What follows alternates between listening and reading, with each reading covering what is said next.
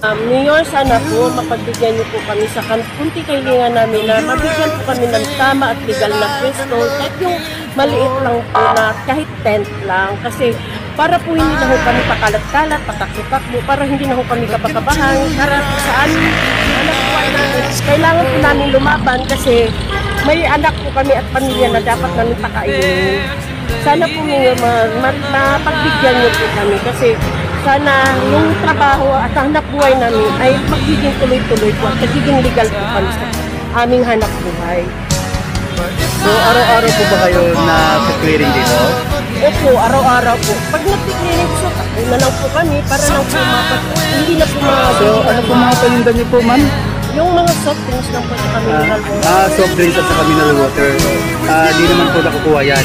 Hindi naman po. Hindi naman po. Hindi naman Po, hindi na po nakukuha. Kumbaga, sinasabihan na po kami, ma'am, Pinapisuhan kayo. Huwag muna kayo dito magtinda, bawal po kayo dito. Opo. Kinukuha lang po nila yung mga kukuan.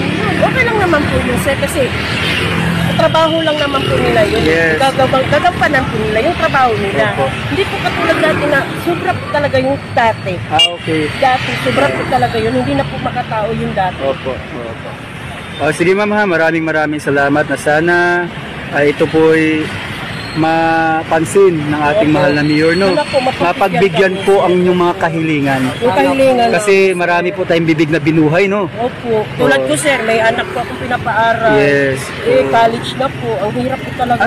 Ang hirap ng buhay. Hirap talaga ng buhay. Kahit ako namin, naramdaman, na-feel ko po yung ano nyo, yung sitwasyon nyo. Opo. Siyempre hirap noon, yung wala kang permanenteng pwesto. Opo. Tapos may pwesto ka man, nakiklearing ka, kabahan ka, di ba? Di ka panatag. Alam niyo po yun. So hayaan niyo po, pag-pray po natin sa Panginoon yun. Marating yung kahilingan. Sana makarating. Oo po. May samahan po kami dito, sir.